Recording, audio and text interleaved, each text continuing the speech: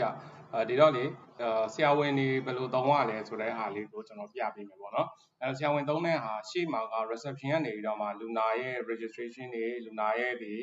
appointment တွေဒါတွေသူတို့စီစဉ်ပေးပြီးဆိုရင်ဆရာဝန်တွေရှိမှလည်းပေါ့နော်အဲ့တော့ဒီမှာ today record ကိုကျွန်တော်နှိပ်လိုက်ရပြီဆရာဝန်တွေကနှိပ်လိုက်ပြီဆိုရင်ဒါဒီနေ့ရဲ့ list တွေအကုန်လုံးဒီမှာလာပြမှာပေါ့နော်today အတွက်ပေါ့နော်အရင်နေ့ကဟာတွေဆိုရင်တော့အကုန်လုံးကိုကျွန်တော်ပြန်ကြည့်လို့ရတာပေါ့နော်လောဆယ်ဒါ today ပဲရှိရယ်အဲ့တော့ဒီဟာကို on ထားဒီဟာကိုဖွင့်ထားပြီဆိုရင်တော့ဒီမှာနှစ်ခုရှိတယ်ဒီမှာတော့ဒီရှေ့ရဟာကကြတော့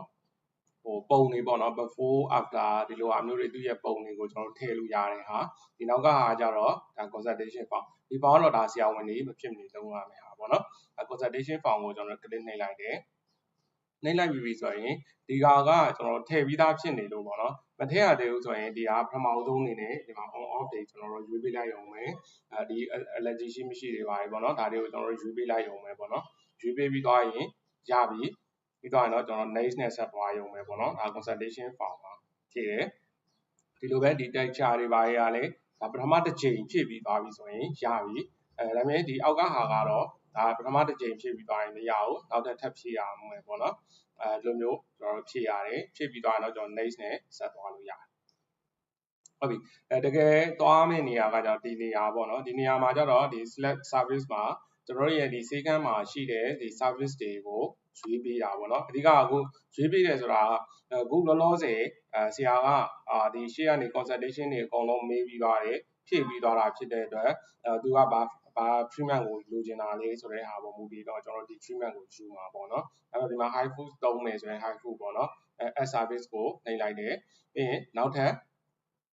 နှစ်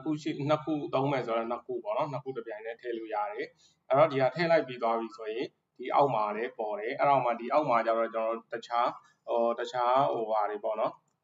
တခြားဆရာတို့ comment ပေးခြင်းတဲ့ဟာတွေ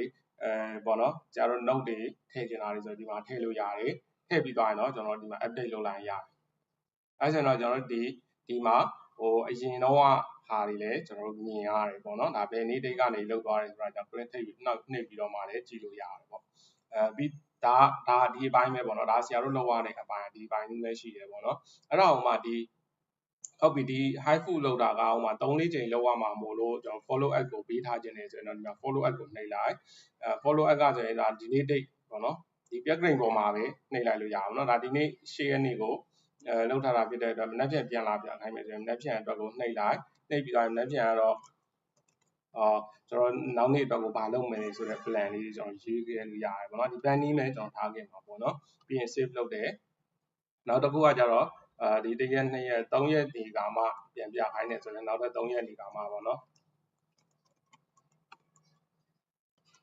recheck ပြန်လုပ်မယ်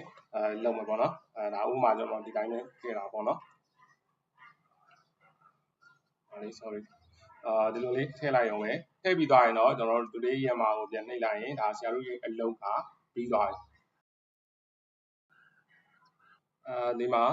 နောက်တစ်ခုကတော့ဒါဆရာတို့ပြန်ကြည့်ကျင်တယ်ပေါ့နော်လူနာရဲ့ information တွေကြောင့်ကြည့်ကျင်တယ်ဆိုရင်တော့ဒီလူနာကိုနှိပ်လိုက်တယ်ပေါ့နော်နှိပ်ပြီးသွားရင်ဒီမှာ view ကနေကြည့်လိုက်လို့ရတယ်ဒါက patient ရဲ့နေရာကိုတော့ကြည့်လဲရတယ်ဒီ today မှာဆိုလဲဒီ view လေးရှိတယ်ဒီ view လေးကိုပဲသွားနှိပ်လိုက်ရင်လည်း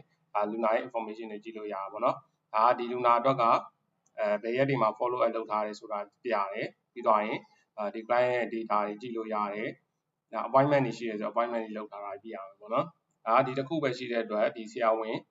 န်နဲ့ဒီရက်မှာပြထားတယ်ဆိုတဲ့ဟာကိုကြည့်လို့ရတာပေါ့နော်ဒါတွေကိုကြည့်လို့ရတယ်ဒါတစ်ချက်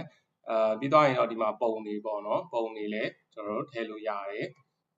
ပြီးရင်ဒါ billing ကတော့ဒါငွေဖြတ်ပြီးသွားပြီဆိုတော့ငွေစရင်းတွေကိုကျွန်တော်ကြည့်လို့ရတယ်ပေါ့ဒီတိုင်းလေးသွားလို့ရတယ်ဒီမှာ back နဲ့ပဲပြန်ထွက်လာရင်ရတယ်ပေါ့နော်ဆရာတို့ထည့်လို့ရတယ်ဆရာတို့လုပ်ရမယ့်အပိုင်းလေးဖြစ်ပါတယ်